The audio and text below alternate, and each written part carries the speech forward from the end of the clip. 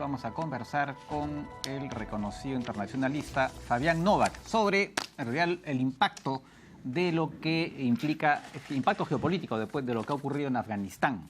Fabián, gracias por haber aceptado la invitación nuevamente. No, gracias a ti, Francisco. Bien, a ver, se dice mucho, ¿no?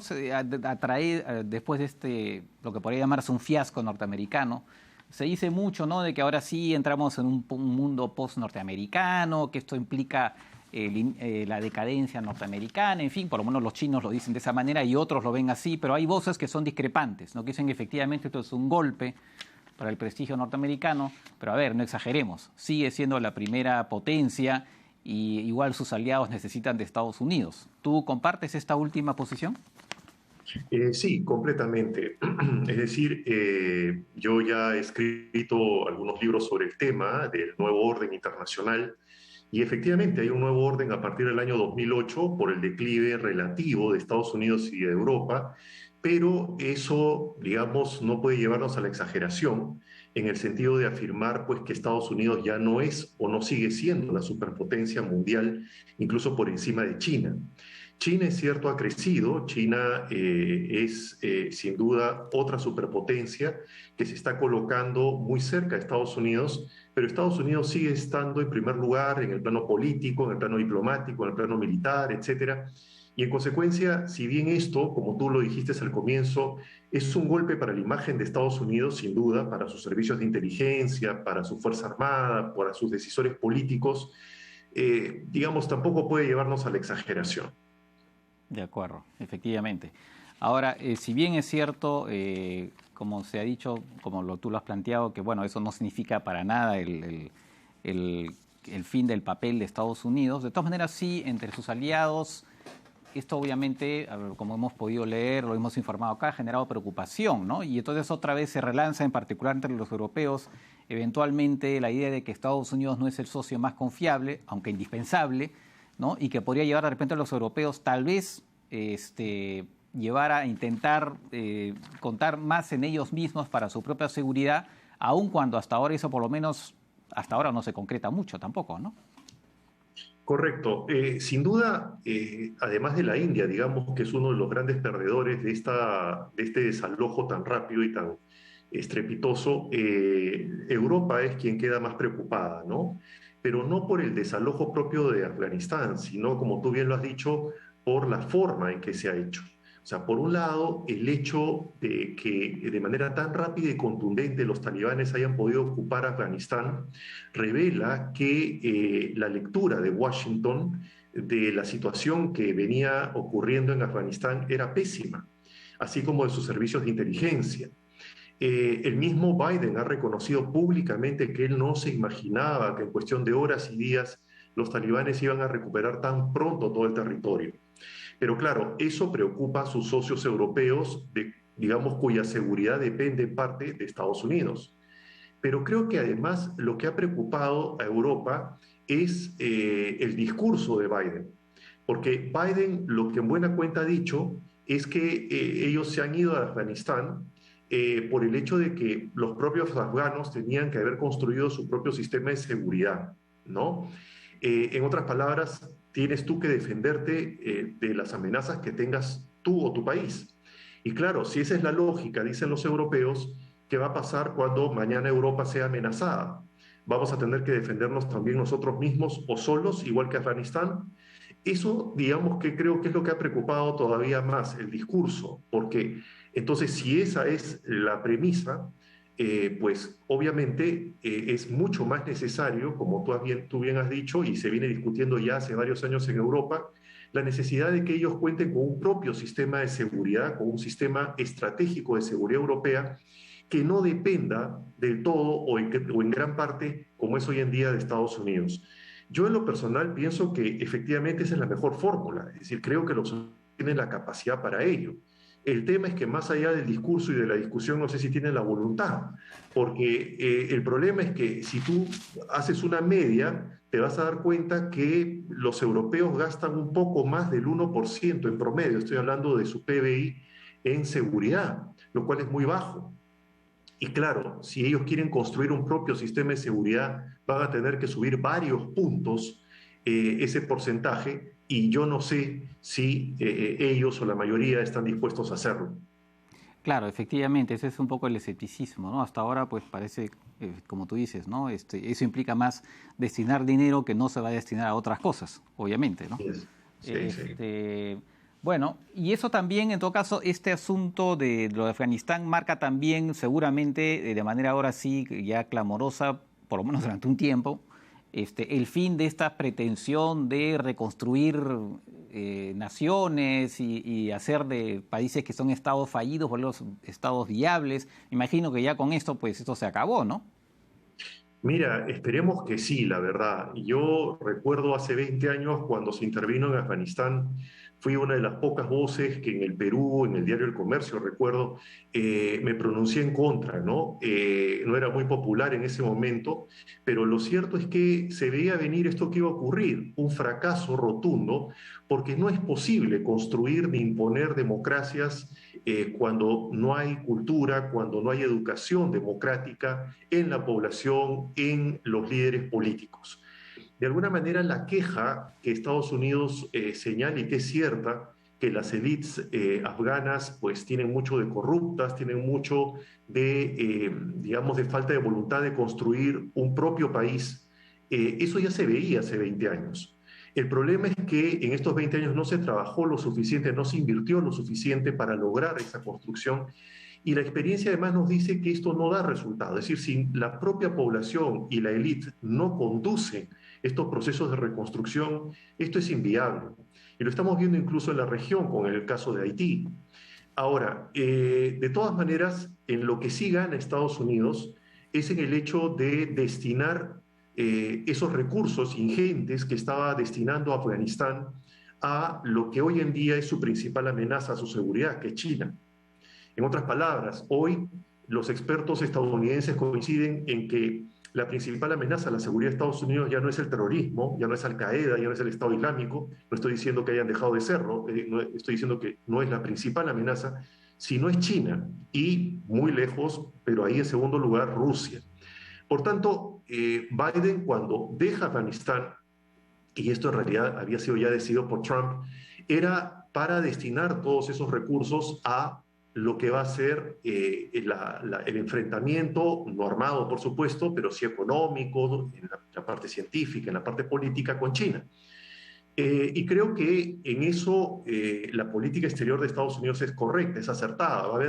Van a tener que desmontar, digamos, esta construcción que se ha hecho desde el año 2001 de la política exterior estadounidense de vincularla tanto al sector defensa de cara al terrorismo y más bien pensar en una política exterior mucho más refinada, mucho más fina, más inteligente para enfrentar el liderazgo de China. Hay que recordar que entre Afganistán e Irak, Estados Unidos ha perdido 7.000 soldados, ha perdido 7 billones de dólares, y aproximadamente 50.000 heridos, más miles de soldados, miles, no cientos, que se han suicidado en estos 20 años por problemas postraumáticos vinculados a la guerra tanto en Irak como en Afganistán. Entonces, claro, todos esos recursos económicos y humanos van a estar ahora destinados a otro propósito. De acuerdo. Y creo que también es bueno recordar que este intento de reconstruir naciones, en fin, estaba ligado en realidad a un proyecto ideológico muy específico, ¿no? De estos neoconservadores, ¿no? De este grupo que surgió tras, bueno, digamos que emergió tras la caída del muro de Berlín. Como antes, eventualmente, los intervencionismos estaban ligados a la lucha contra el comunismo en la época de la Guerra Fría. Entonces, habría que ver si qué otro episodio pudiera impulsar a los norteamericanos otra vez a lanzarse en intervenciones externas, que no parece, por lo menos, que ahora, por lo menos, que pudiera pasar, ¿no? No, no, porque los gastos militares de esas intervenciones, tanto en Irak como en Afganistán y en otros países, es no digo que es el principal factor, pero es uno de los factores del declive de Estados Unidos a partir del año 2008.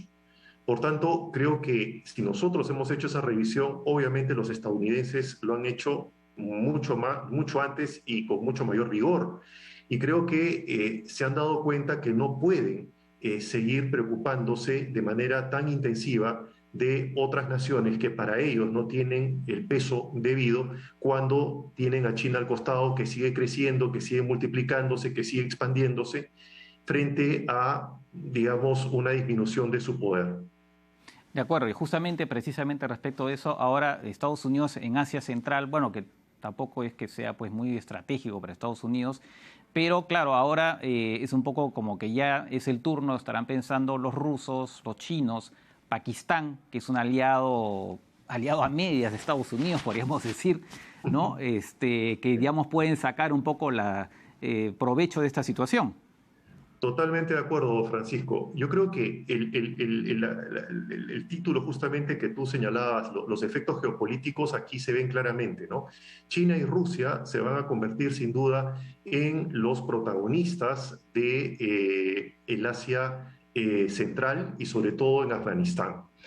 Y hay que recordar que así como Estados Unidos entró en conversaciones desde la era Trump con los talibanes, China y Rusia están haciendo lo mismo ya desde hace un tiempo. Y China concretamente ofrece neutralidad política a Afganistán, ofrece inversión, ofrece reconstruirlo pacíficamente, ellos también. Y claro, a cambio, lo que China ve como ganancia es, digamos, explotar aquellos recursos que en el papel existen en Afganistán. Me refiero a las reservas de litio, a infraestructura, a minerales que están ahí, ¿no? Tierras raras. Pero además el interés de China es evitar, ¿no es cierto?, que los actos terroristas se propalen a su territorio y sobre todo que no apoyen a los uigures en Xinjiang, y que no desestabilicen a las repúblicas de Asia Central. ¿Por qué? Porque para China las repúblicas de Asia Central son fundamentales porque forman parte del famoso BRI, de una de las rutas de la seda que está planteándole China a varios continentes. Y en el caso de Rusia, Rusia le ofrece lo mismo y también tiene intereses. No quiere que las minorías musulmanas en su territorio sean apoyadas ni los movimientos terroristas que existen en la Federación Rusa. Y tampoco quiere, por supuesto, que se estabilicen a las repúblicas del Asia Central, porque, a diferencia de China, Rusia sí es considerada como una aliada histórica y natural de las repúblicas de Asia Central. Entonces, creo que esos dos países son los que van a tener un mayor poder y un mayor protagonismo ante la salida de Estados Unidos. Y en el caso de Pakistán, que tú señalabas, bueno, Pakistán está acostumbrado, como algunos países de nuestra región, a jugar, como se dice criollamente, a dos cachetes, a dos caras, ¿no? Es decir, Pakistán tiene una frontera de más de 2.400 kilómetros con Afganistán y ha dado apoyo a los talibanes financieros, también ha dado apoyo refugiando a los talibanes, pero también Pakistán está interesada en que no haya, digamos, mayor acción terrorista en la zona y que haya una tranquilidad, una estabilidad en la región, por el hecho de que ellos ya tienen 3 millones de refugiados afganos. Por tanto, a Pakistán no le conviene que, digamos, sigan exiliándose afganos hacia territorio pakistaní porque ya no están en la capacidad de soportar más migración.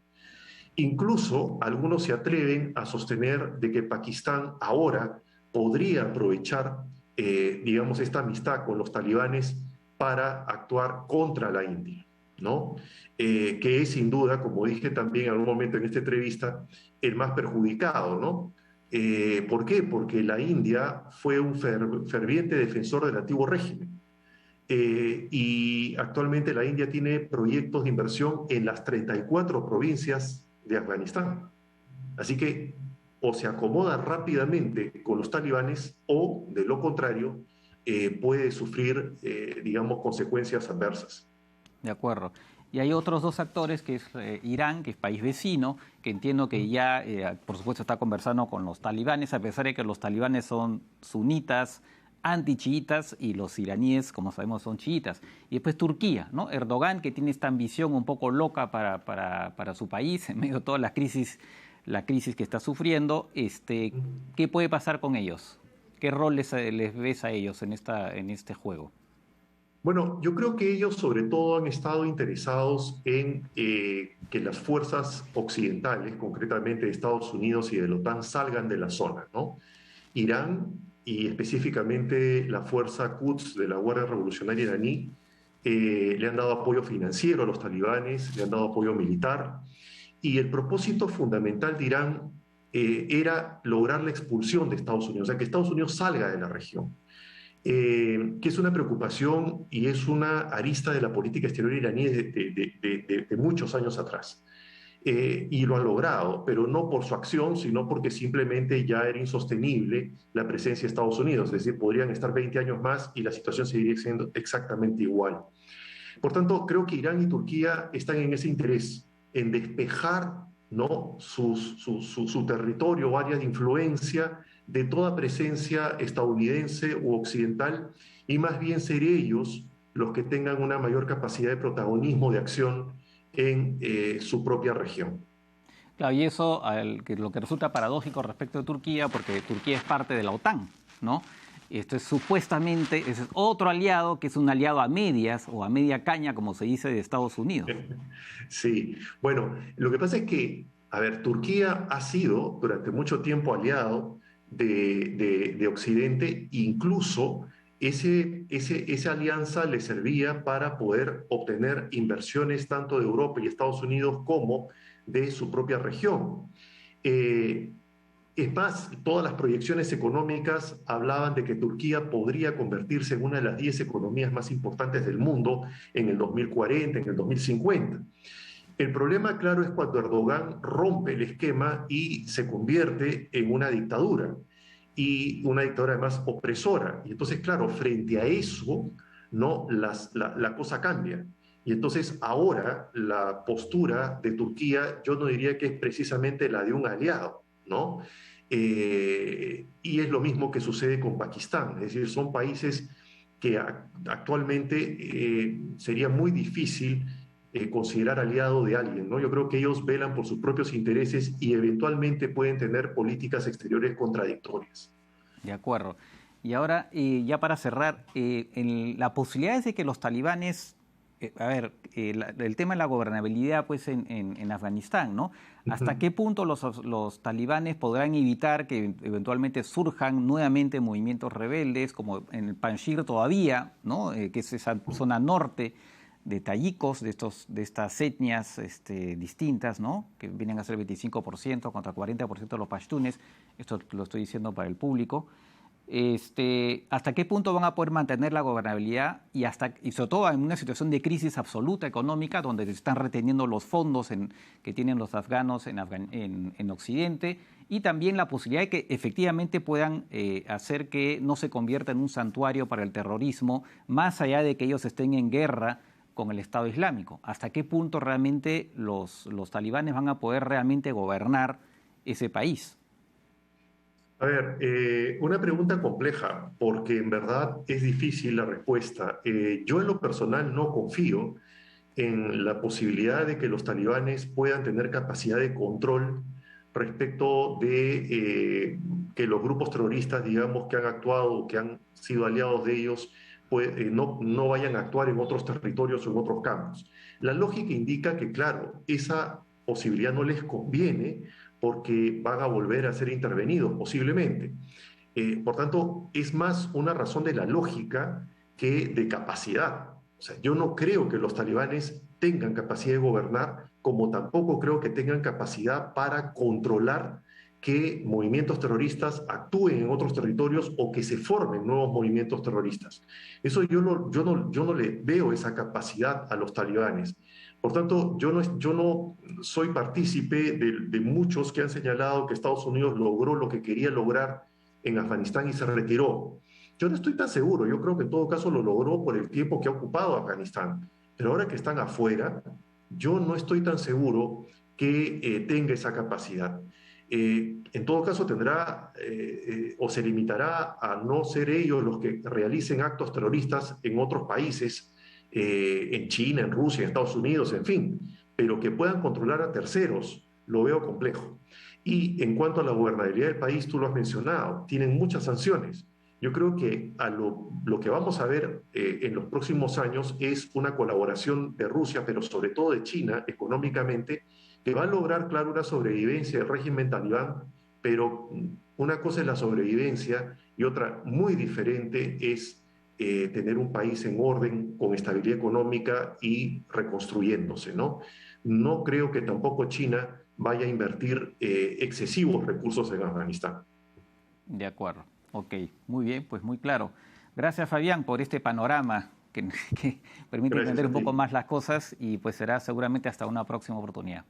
Cómo no, un abrazo. Chao. Gracias, un abrazo.